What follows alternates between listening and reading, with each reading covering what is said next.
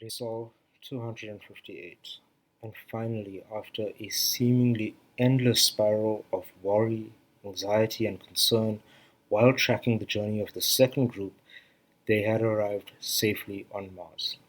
Production outputs from our first group remained on schedule, and while there were challenges, we have enough provisions to support the new arrivals. With the learnings from our initial intake, we were prepared and had a plan in place. Medical staff were ready in a designated area, and as our new Martians disembarked from the shuttle, they were scanned and directed accordingly. Psychological and physical assessments were done prior to the allocation, and our WFM team managed this incredibly efficiently by scoring the assessments in real time and then assigning the new Martians to their sectors. This allowed us to recover the valuable time lost from the disruption during the first intake, and we were able to conduct the revised orientation and training ahead of schedule.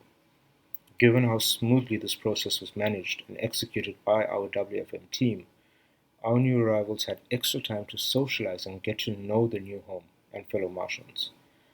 Our WFM team spent a lot of time reviewing the historical data and impacts from our first intake to revise the process and put contingencies in place.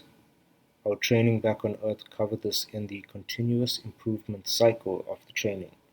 Understanding how the real life situation deviated from the plan, what the impacts were and potential impacts, as well as the reasons for the plan not performing as expected, enabled us to improve our planning.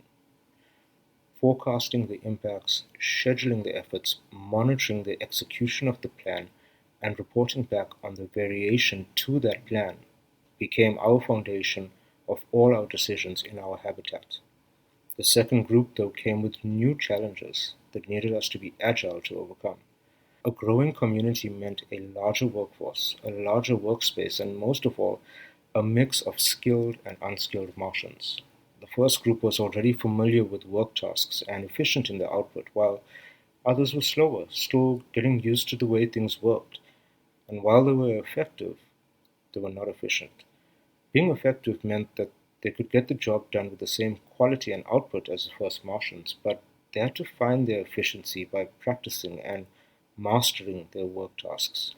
The WFM team put together a speed to production scenario to prepare for this, whereby we estimated how long it would take for the second group to get up to the same level of efficiency as the first group.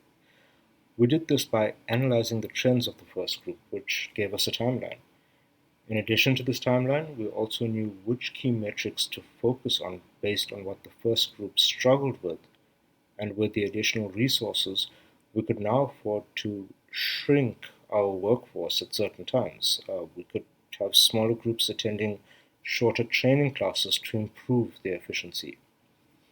We calculated the shrinkage and was able to adapt our work schedules to maintain production requirements, while conducting these smaller training exercises with both the new group and the old group.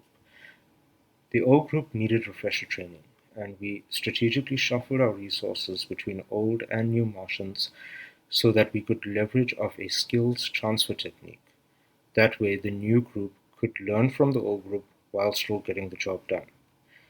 The success of the shrinkage concept led to improvements in its design, and it now caters for more, for absenteeism, for late coming, for breaks, training and development, and time off from work. We are making good progress. We are forging ahead. We are not just mankind's new hope, but mankind's next step.